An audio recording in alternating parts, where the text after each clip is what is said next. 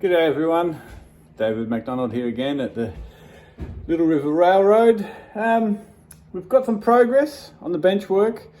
Still haven't got any trains running. Well, when I say I haven't got trains running, I've got my yard wired up and I had to play with a few locos that I bought on eBay and around the place the last couple of months, got them all going. But just a quick video today just to show you where I'm at with the rebuild and run an idea past you guys. I'm pretty happy with what I'm thinking I might do down the far wall. So I'm just going to flip the video around and I'll show you what's going on. So back to the layout. Left you guys here the other day with the yard and everything. So I've put up the bench work for my return loop up there. So that's pretty good. That's about 900 mil deep, but it's pretty much just on the old arm reach. I can pretty much grab the back there. So that's all hooked up, ready to start laying some track.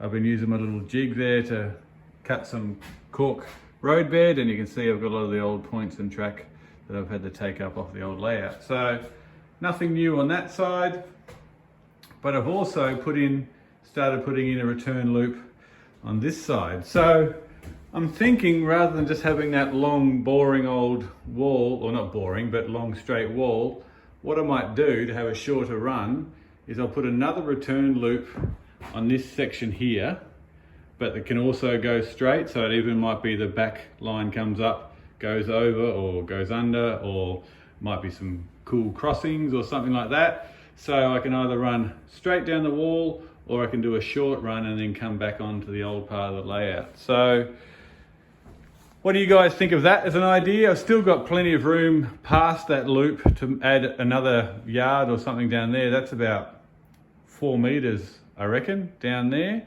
And one thing that I've had to do is, with the old layout, I just use those angle brackets for supporting it onto the wall. But with these big return loops, those little angle brackets, this one's not actually hooked up to the wall there. It's a bit wobbly. I'm going to take that back off. But those little brackets weren't holding enough, so I've actually used some form ply and screwed it in to the frame and into the wall there. And now that's solid as a rock, not going anywhere. So the bench work continues. I don't know about you guys, but I actually, for my bench work, I buy plywood and rip it all down into lengths, about 700 or about 70 mil.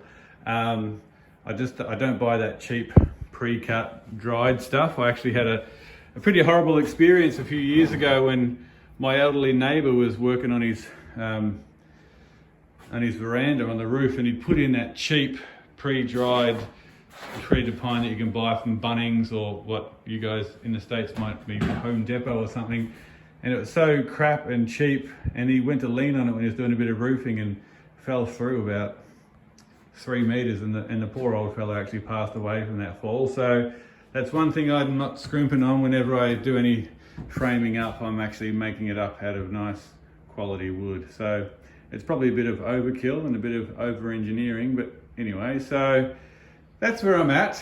So I'm happy, really happy with how that return loop worked out. So this is where my door is going to be, so I can easily walk through here. I'll put a door on soon. I was probably going to wait till I've done all the framing and all the bench before I put the door on. It'll just make it easier for me to get things in and out. So yeah, I'd like your feedback on what you guys think that could be, or how that would work, doing a return loop over there as well as going straight into another industry, so I can have a shorter run.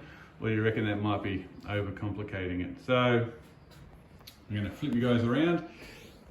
So yeah, that's where I'm at, guys. A little bit more progress. Luckily we've got some cool weather at the moment, so I'm not too hot up in the train room. Thanks for watching as always, and I'll see you soon.